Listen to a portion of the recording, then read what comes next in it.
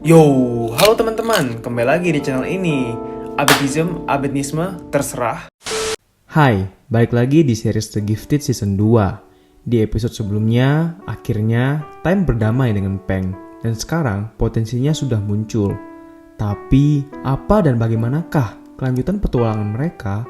Kalau begitu, tanpa berlama-lama lagi, ayo kita masuk ke cerita.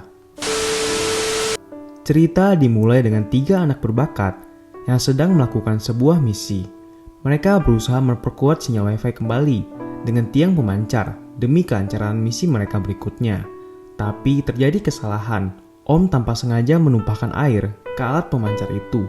Parahnya lagi, ia menekan tombol on.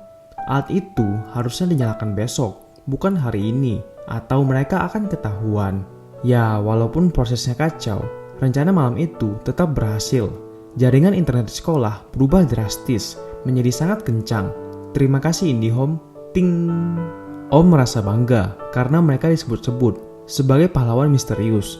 Tapi hal itu malah membuat Wave gelisah.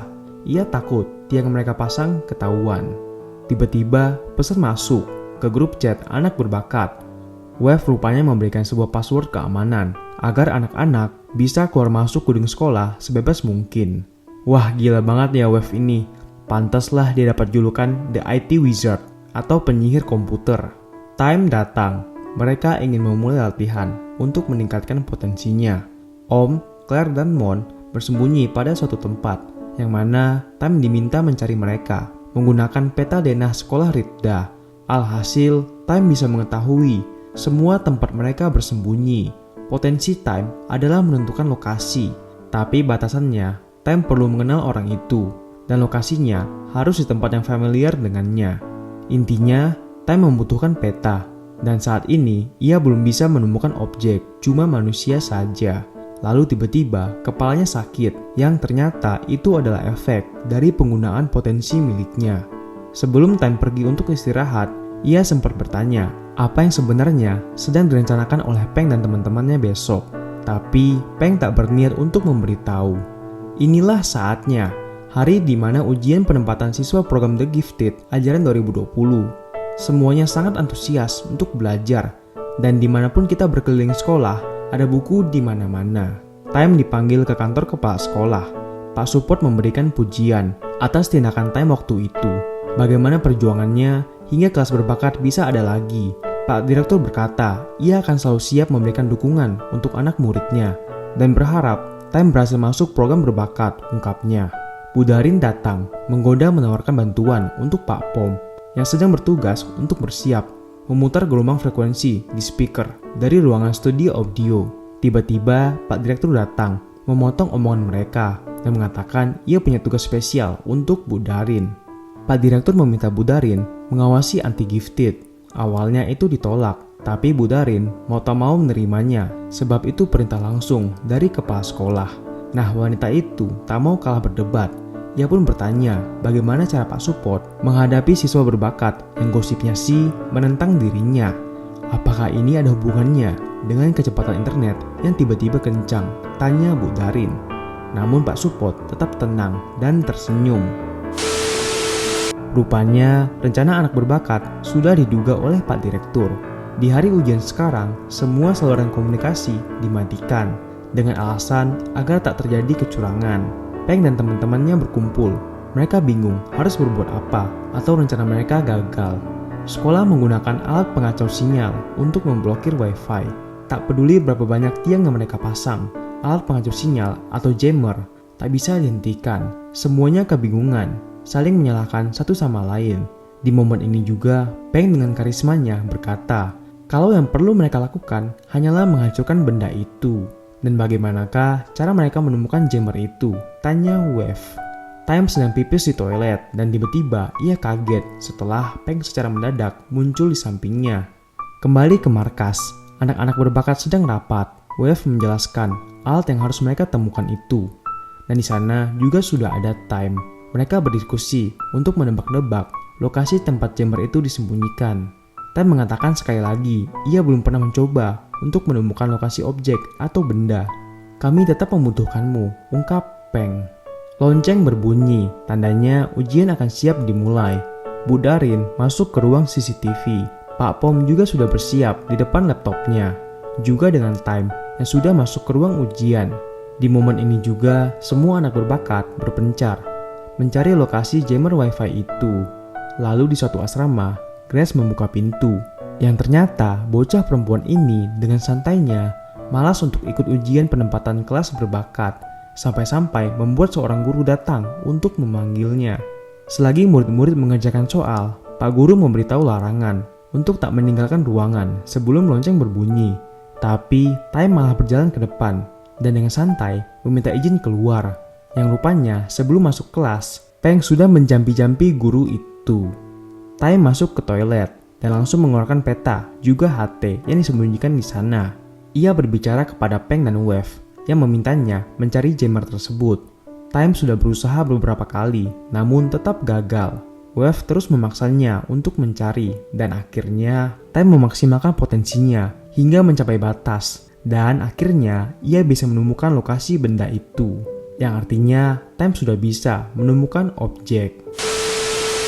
Time berjalan ke perpustakaan. Saat itu juga Grace melihatnya sedang kesusahan membuka pintu. Dengan santainya, Grace membantu Time menggunakan jarum. Perempuan itu sangat cerdas. Akhirnya, jammer pemecah sinyal wifi itu ditemukan dalam perpustakaan. Dari HT, Peng dengan segera menyuruh Time mematikan benda itu. Nah, Grace yang mendengar pembicaraan mereka menjadi sedikit bingung dengan apa yang sedang temannya itu lakukan. Time tiba-tiba saja teringat kembali perkataan Pak Support. Maka muncullah rasa bimbang dari dalam dirinya. Anak itu pun bertanya apa sebenarnya yang Peng rencanakan dan fungsinya mematikan jammer ini. Peng berjanji akan bercerita setelah misi ini selesai. Namun, Time mulai tak mempercayai Peng dan tak mau meneruskan misinya. Di lorong sekolah, Time bertemu dengan Peng dan di sini nyaris saja Peng menggunakan kekuatannya kepada Time. Beruntungnya emosi itu masih dapat dikontrol. Misi kali ini gagal. Mereka semua diam di markas. Semangat juang juga telah hilang, termasuk si ketua pemberontak, Peng, yang biasanya sangat semangat. Lalu, Wave tiba-tiba bangkit dan memberikan motivasi. Tidak masalah kita kalah, kita masih bisa mencoba lagi dan lagi, sampai suatu hari kemenangan itu datang. Senyuman pun mulai keluar dari satu persatu mulut anak berbakat. Mereka juga tak menyangka orang seperti Wave bisa berkata demikian. Lalu tiba-tiba saja muncul notif IG di HP Claire, yang artinya sinyal wifi sudah menyala. Nah, ternyata yang mematikan jammer itu adalah Bu Darin. Wah, gak ketebak ya. Apakah dia sengaja untuk membantu Peng? Kita juga gak tahu. Nah, di studio audio, Pak Pom sudah bersiap memutar suara frekuensi. Dan lalu tiba-tiba laptopnya error. Benda itu jelas saja sudah dihack oleh Wave.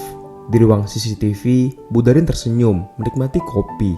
Entah apa yang ada dalam pikiran wanita ini. Pak Pom berlari ke kantornya mengambil data audio cadangan dan barang itu menghilang dengan sendirinya karena sudah diambil oleh Om. Ia pun menelpon Pak Direktur menceritakan apa yang terjadi. Ini semua pastilah ulah kelas berbakat angkatan 2018. Guys, anak kelas 8 akan berdiskusi dengan Pak Direktur, ungkap Wave dari HT. Sambilan Peng tersenyum.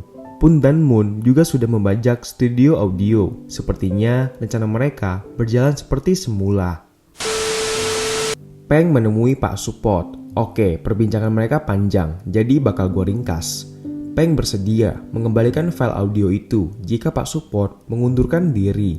Jelas sekali, Pak Direktur tak akan mau. Ia memberikan tawaran lain, akan mengembalikan semua hak-hak istimewa anak berbakat. Peng juga bisa kembali ke program kelas itu. Pak, harga yang Anda tawarkan terlalu rendah. Saya butuh lebih, ucap Peng, membuat Pak Direktur kesal. Lalu Peng meminta Pak Direktur mencabut semua aturan yang bersifat tak adil dan fokus pada pengembangan kualitas semua siswa secara merata. Jangan tinggalkan siswa terendah, jangan cuma hargai yang berbakat saja, ucapnya. Pak Support terdiam sejenak, lalu waktu pun terus berjalan, dan dengan terpaksa ia mengakui kemenangan Peng di permainan kali ini. Pak Support berjanji akan mencabut semua peraturannya. Peng tak langsung percaya dan meminta Pak Support untuk mengulang kembali kalimatnya itu, di samping laptop yang sudah dihack oleh Wave. Speaker berbunyi di seluruh penjuru sekolah. kepala sekolah Pak Support mengucapkan semua kalimat yang sesuai diminta oleh Peng. Semua orang sangat serius memperhatikan pengumuman itu. Akhirnya, Peng dan para anak berbakat memenangkan hak mereka yang diinginkan selama ini. Kemenangan itu sangat menyenangkan. Kini semua siswa sudah terlihat sama rata di sekolah. Peng sangat berbahagia karena misinya menyamaratakan sistem sudah berhasil. Namun ternyata waktu tak membuat segalanya menjadi lebih baik, ungkap Peng di depan kamera laptop seperti biasa. Budarin masuk ke kantornya yang tiba-tiba sudah berantakan. Ia mengecek kembali kamera tersembunyi yang pernah dipasangnya. Hadiah kecil atau barang yang pernah diberikan Pak Menteri kepadanya sudah hilang, dicuri oleh Anti The Gifted. Wah, apakah yang akan terjadi ke depannya? Masalah baru apalagi kah yang datang ke kelompok ini? Ya sudah, tunggu episode berikutnya ya. Kalau begitu, The Gifted episode 3 akhirnya selesai.